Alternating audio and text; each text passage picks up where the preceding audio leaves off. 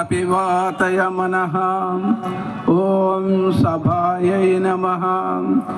వేదికను అలంకరించినటువంటి త్యాగమూర్తులు, తపోధనులైనటువంటి సాధు మహాత్ములకు, సాధు మాతలకు హృదయపూర్వక వందనములు. సర్వాత్మ స్వరూపులైనటువంటి సభికులందరకు హృత్పూర్వక అభినందనలు. గోబ్రాహ్మణేభ్యస్య శుభమస్తు నిత్యం అని మనకు వేదం చెప్తుంది. ఎక్కడైతే గోవులు బ్రాహ్మణులు ఉంటారో అక్కడ ఎప్పుడు కూడా శుభమే కలుగుతుంది అని చెప్తుంది. అటువంటిది ఇక్కడ ఎంతోమంది మహాత్ములు ఉన్నారు, అదేవిధంగా రాజకీయ నాయకులు ఉన్నారు, భక్తులు ఉన్నారు. అన్ని రకాలైనటువంటి వారిని కూడా ఇక్కడ చేర్చినటువంటి రాజుగారికి హృదయపూర్వక ధన్యవాదాలు. మనందరం కూడా ధర్మం గురించి మాట్లాడుతున్నాం కానీ ఆచరించడానికి ప్రయత్నం చేయాలి.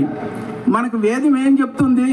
మాతృదేవోభవ, పితృదేవోభవ, ఆచార్య దేవోభవ, అతిథి దేవోభవ అని మనకు వేదం చెప్తుంది.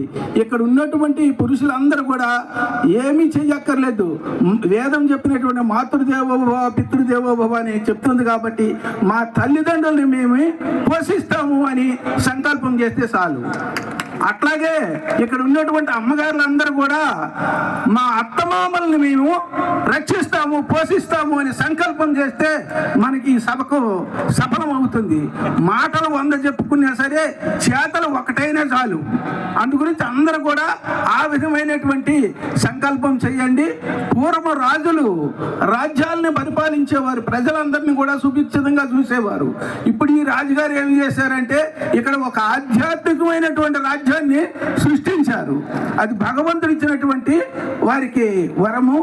అదేవిధంగా వారి జీవితంలో 50% దానం చేస్తున్నారంటే మన వేదం ఏం చెప్తుందంటే 50% మనం చెయ్యక్కర్లేదు, 10% ఈ రోజు నుంచి నాకు వచ్చినటువంటి ధనంలో దానం చేస్తాను అని సంకల్పం చేస్తే మన హిందూ మతము రక్షింపబడుతుంది. సమయం లేదు, ఆలస్యం అమృతం విషం అన్నారు. ఆలస్యం చేస్తే అమృతం కూడా విషం అయిపోతుంది.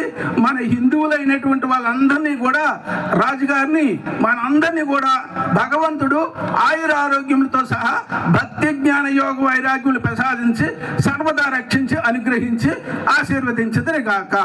ఓం సహనావవతు సహనౌ భునక్తు సహ వీర్యం కరవావహై తేజస్వినావధీతమస్తు మా విద్విషావహై. ఓం శాంతి శాంతి శాంతి.